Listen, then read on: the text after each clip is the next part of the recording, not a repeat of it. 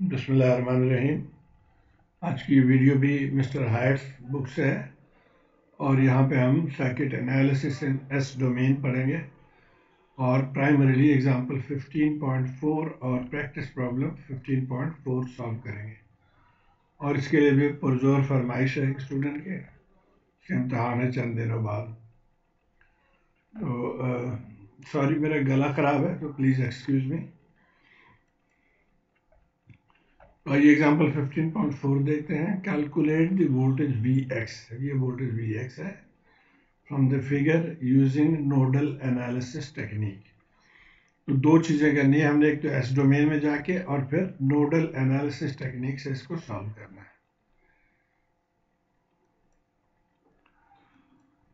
तो सबसे पहले we need to convert the circuit into Laplace domain, या एस डोमेन भी कहते हैं इसको, फ्रीक्वेंसी डोमेन भी कहते हैं।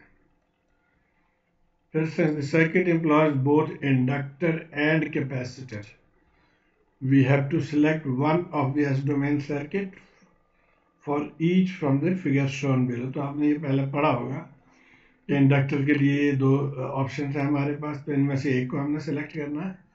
और इसी तरह कैपेसिटर एंड टाइम डोमेन से हमने एस डोमेन में ये दोनों ऑप्शन हैं, तो इनमें से एक सेलेक्ट करना होगा। अच्छा, no matter which option we select, we have to know the value of I0 minus, यानी इनिशियल वैल्यू हमें चाहिए, क्योंकि यहाँ देखिए I0 माइनस यहाँ पे भी है या इसमें भी है, और इसी तरह V0 माइनस भी कैपेसिटर की केस में V0 माइनस है। तो ये दोनों पहला निकालना, और यही इस सवाल में मेन ट्रिक है।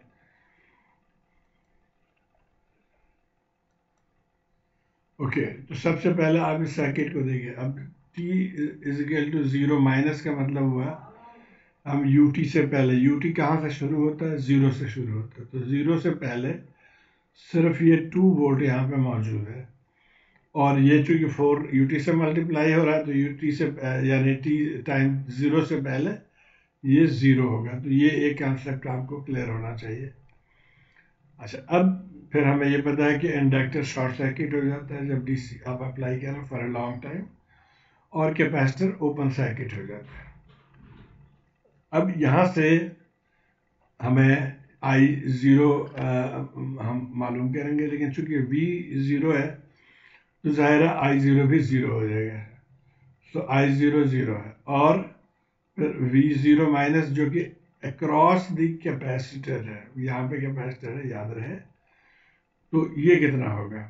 अब ये देखिए, आप किसी भी एक सर्किट को ले लें, आप अगर सिर्फ इसको ले लेते हैं यहाँ से, तो capacitor will keep on charging, और चार्ज कब तक ये कैपेसिटर चार्ज होगा? जब तक ये फुल वोल्टेज पे चार्ज ना हो जाए। तो इसमें बहुत स्टूडेंट्स को ये कन्फ्यूजन होती है। तो आप एक तो तरीका ये है। दूसरा आप ये कह सकते हैं कि जी यहाँ पे 0 वोल्ट है, यहाँ पे 2 वोल्ट है, तो 2 माइनस 0 यहाँ पे 2 वोल्ट है। तो एनीवे V0 माइनस जो है वो 2 वोल्ट है। अच्छा, अब आ जाते हैं कि हमने कौन सा सर्किट को सिलेक्ट करना है। तो देखिए, ये जो है इंडक्टर अकेले है और कैपेसिटर भी अकेले है। आमतौर पे इंडक्टर के लिए चूंकि हमारा I0 है, अब ये 0 हो जाएगा, तो सिर्फ SL आ जाएगा, तो हम इसी को सिलेक्ट करेंगे। अच्छा, दूसरे V0 के लिए अब दो ऑप्शन हैं। चूंकि नोडल एनालिसिस हमने यूज़ करना है, तो ये बेहतर ऑप्शन है कि हम इसको यूज़ करें फॉर कैपेसिटर। ओके, तो कुछ इस तरह से हो जाएगा। कैपेसिटर की जगह पे हमने इस सर्किट को यूज़ कर दिया, और ये देखिए बुक में ये YS इजिकल टू SC लिखा है, ये बड़ी कन्फ्यूजिंग है। आप इसको ZS लिख लें, Z जो है 1/SC, तो मैं यहाँ पे 1/SC लिखना पसंद करूँगा। ओके, और ये CV0 आ गया जी ऊपर, और इंडक्टर SL हो गया। अभी हमने ये वोल्टेजेस अभी नहीं मालूम करना, अगली स्लाइड में ये डिस्कस करेंगे। ओके, अब यहाँ तक हम कर चुके थे। अब जैसे मैंने पहले भी बताया था कि यूनिट स्टेप के कॉन्सेप्ट ये है, ये 0 से पहले ये 0 है और 0 के बाद ये 1 है। तो अब इसको हम 2 को क्या लिख सकते हैं, 0 के बाद 2 can be written as 2 into 1। इस 2 को हम लिख सकते हैं 2ut, क्योंकि टाइम 0 के बाद की भी बात हो रही है। और इसी तरह 5ut तो 5ut ही है, तो अब इन दोनों को मिला के हम लिख सकते हैं 2ut प्लस 5ut यानी 7ut। और हमें ये पता है कि टाइम डोमेन में ut से एस डोमेन में 1/s हो जाता है। अब इसको एस डोमेन में हम ले जाएंगे तो 7ut हो गया 7/s। इसी तरह 4ut भी हो जाएगा 4/s। तो ये तो हो गया इनपुट। अब आ जाते हैं 1/sc, ये जो 1/sc है तो 1/s और c की वैल्यू हाफ है, इसको पुट कर देंगे तो 2/s आ गया। उसके बाद c भी 0, c है हाफ और v0 है 2। पिछली स्लाइड में ये है v0 2, तो CV0 1 एम्पेयर के बराबर हो गया, क्योंकि ये करंट है। अब हम वैल्यूज पुट कर देते हैं इस वक्त। तो ये आ गया जी 1 एम्पेयर, ये 2/s, 4/s और ये तमाम वैल्यूज। अब हम इजीली नोडल एनालिसिस से इसको सॉल्व कर सकते हैं। तो करंट डायरेक्शन हमने मार्क कर लिया, ऑल लीविंग, और आई एम श्योर आपने नोडल एनालिसिस पढ़ा है, तो मैं इसके बहुत डिटेल में नहीं जाऊंगा। बहरहाल ये करंट लीविंग 1 प्लस ये क्या है V, और ये इसके डायरेक्शन यू है और V से करंट के डायरेक्शन यू है। हम V माइनस 7s लिखेंगे, V minus 7s divided by 2s। इसी तरह ये हो गया Vs/1 और ये हो गया Vx minus 4s divided by 4s। अब इसको आप सिंप्लीफाई कर लेंगे, मैं इसके डिटेल्स में नहीं जाऊंगा। आप एक एक स्टेप वीडियो पॉज करके और इसको देखते जाएंगे तो इंशाल्लाह आपको समझ आ जाएगी। फिर एलसीएम से यहाँ मल्टीप्लाई कर दिया और इसको सिंप्लीफाई कर लिया, तो हम इस पॉइंट पे आ गए। अब यहाँ से हम Vs इस तरह से लिख सकते हैं, इसको डिवाइड कर दिया, और हमने चूंकि फ्रैक्शन में जाना है, पार्शियल फ्रैक्शन में, तो इसको हम स्क्वायर के टर्म में लेकर आएंगे। तो 2s हमने यहाँ से कॉमन ले लिया, तो ये रह गया, और फिर 2 कैंसिल हो गया, तो 5s² प्लस 2 हो गया s। और अब इसको हमने होल स्क्वायर बनाना है, तो इसको हाफ की जगह पे हमने +1 और -हाफ लिख लिया है। और फिर यहाँ से हम s+1 होल स्क्वायर हो गया, और -हाफ को लिख सकते हैं 1 डिवाइडेड बाई √2 होल स्क्वायर। तो ये भी एक ट्रिक है, ये आपको समझ आना चाहिए। अब हम यहाँ पे थे, अब हम इसको पार्शियल फ्रैक्शन में जाने के लिए हमने इनको दो हिस्से में फ्रैक्शंस में इसको कर लिया डिनोमिनेटर में।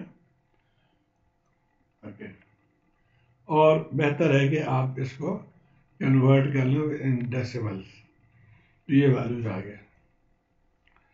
अब पार्शियल फ्रैक्शन अगर आपने पढ़ा हो, याद हो, तो ये टेक्निक है कि जो ये हमारा इनपुट है या Vs है, इसको हम a divided by 1 of the denominator plus b divided by second denominator plus c divided by third denominator. तो ये अब हमने इनके वैल्यूज बाय रेजिड्यू मेथड निकालना है यहाँ पे, और अगेन रेजिड्यू मेथड भी आपको आना चाहिए। तो रेजिड्यू मेथड में हम क्या करते हैं, a बराबर होता है जो इसके डिनोमिनेटर है उसके साथ इस Vx को मल्टीप्लाई कर देते हैं। तो s multiply by Vx, s cancel हो गया, तो ये रह गया हमारे पास। और फिर ये वैल्यू जो इसके वैल्यू इक्वल टू 0 पुट कर देते हैं, वो हम यहाँ हमारा कंडीशन हो गया। तो s इजिकल टू 0, अब यहाँ पे s इजिकल टू 0 पुट कर देंगे, तो ये हमारा आंसर आ गया for a।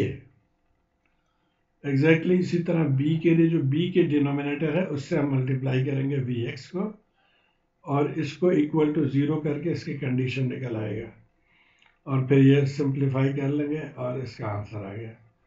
And exactly same way आप c को भी निकालेंगे। तो ये तीनों वैल्यूज आ गए हमारे पास a b c। अब इनको हमने यहाँ पर पुट कर दिया। अब ये प्रॉपर पार्शियल फ्रैक्शन में हो गया।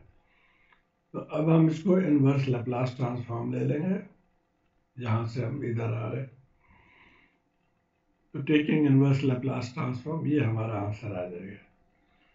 4 ut हो जाएगा ये, और ये 6.84 10 raise to the power minus ये a, इसी तरह माइनस इसका भी e raise to the power minus a। तो ये हो गया जी पहला हिस्सा। अब प्रैक्टिस प्रॉब्लम को देखते हैं। प्रैक्टिस प्रॉब्लम एग्जैक्टली सेम है। ये देखिए, ये सर्किट है, ये सर्किट है, ये सिर्फ चेंज क्या कर रहा है कि ये वोल्टेज सोर्स को चेंज कर दिया। यहाँ पे भी 1 + 4 ut है और यहाँ पे भी 1 + 4 ut है। तो अब इसके वजह से कंडीशन चेंज हो जाएंगी।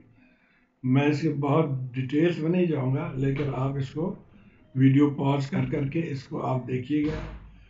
सिर्फ जैसे हमने इसको इनिशियल कंडीशन निकाला था, इंडक्टर शॉर्ट हो गया, कैपेसिटर ओपन हो गया। अब यहाँ पे देखिए कि एक वोल्टेज सोर्स है 1 वोल्ट, तो अब ये करंट हम निकाल सकते हैं, इंडक्टर करंट। तो इंडक्टर करंट क्या हो जाएगा जी, 1 एम्पेयर। और कैपेसिटर वोल्टेज क्या हो जाएगा, यहाँ से भी देखिए 1 वोल्ट है और यहाँ से भी 1 वोल्ट है, तो 1 वोल्ट माइनस 1 वोल्ट 0 आ जाएगा। तो ये दो हमारे पास आ गया। अब अगेन वही टेक्निक है जी, हम यहाँ पे कौन सा लेंगे। तो अब यहाँ पे देखिए, पहले हमने इसको ये कैपेसिटर के लिए ये यूज़ किया था, लेकिन अब चूंकि V0 0 है तो बेहतर है कि हम इसको यूज़ करें। और इसी तरह इंडक्टर के लिए हम इसको यूज़ करेंगे, पैरेलल में है। तो अब ये हमारा सर्किट हो गया। इंडक्टर 1/SC आ जाएगा यहाँ से, सॉरी कैपेसिटर, और इंडक्टर ये सोर्स और ये इंडक्टर। अभी ख्याल ये रखना है इसके डायरेक्शन किस तरफ से आप करेंगे। तो यहाँ देखिए, जिस डायरेक्शन में करंट फ्लो कर रही है ये उसी डायरेक्शन में होगा। तो इस सर्किट में इस वोल्टेज की वजह से करंट फ्लो कर रही है, इसलिए इसके डायरेक्शन भी उसी डायरेक्शन में होगा, उसी रुख में होगा। अच्छा जी, अब यहाँ पे थे। अब ये इसको हम पहले कन्वर्ट कर ले रहे हैं। I0 1 है तो 1/S हो जाएगा, फिर 1/SC वैल्यूज पुट कर दिया, 2/S आ गया, SL हो गया 4S। तो अब ये सारे वैल्यूज हमने यहाँ पे पुट कर दिए, और ये हम पहले निकाल चुके हैं 5S। अब यहाँ पे भी आप देखें, ये करंट एंटरिंग है, ये एंटरिंग है, ये एंटरिंग है और ये लीविंग है। तो नोडल इक्वेशन हम लिख लेंगे।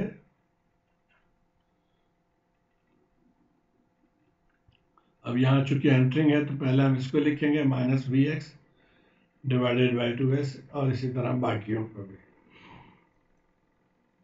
सिंप्लीफाई किया और फिर मल्टीप्लाइंग बाई 4S, और ये इस फॉर्म में आ गया। हमें Vx निकालना है, तो Vx मजीद सिंप्लीफाई कर लिया, ये आ गया। अब आप देखें, हमने इसको दो हिस्सों में तकसीम करना है। तो हम इसमें से 2 कॉमन ले लिया हमने, S² + 2S + हाफ हो जाएगा। इसको फैक्टराइज करना है, और ये देखिए जो 2 कॉमन लिया था, ये 10 के साथ कैंसिल हो गया, तो ऊपर 5 हो गया। यहाँ पे वही टेक्निक है कि ये हाफ है तो हम पहले +1 ले लेंगे, -हाफ ले लेंगे। अब ये होल स्क्वायर बन जाएगा, तो ये होल स्क्वायर बन गया, और हाफ को हम लिखेंगे -1/√2²। तो A² - B² फार्मूला, तो ये आ गया A + B A - B। और इनको भी हम वैल्यूज पुट कर लेंगे, डेसिमल में कन्वर्ट कर लेंगे। तो वही मैंने यहाँ वहीं से कॉपी किया, हो सकता है थोड़ी बहुत कोई गलती हो, आप देख लीजिएगा इसको। तो ये आ गया जी पार्शियल फ्रैक्शन के फॉर्म में, रेजिड्यू मेथड जिस तरह हमने पहले किया था। यहाँ इसकी वैल्यू 5 आ गया, और इसी तरह बी और सी की वैल्यूज हमने निकाल लिया। तो अब ये हमारा पार्शियल फ्रैक्शन फॉर्म में हो गया। अब हम इसको इजीली इनवर्स लैप्लास ट्रांसफॉर्म लेके टाइम डोमेन में आंसर निकाल सकते हैं। तो ये आंसर आ गया। उम्मीद है आप इसको फॉलो कर पा रहे होंगे। शुक्रिया।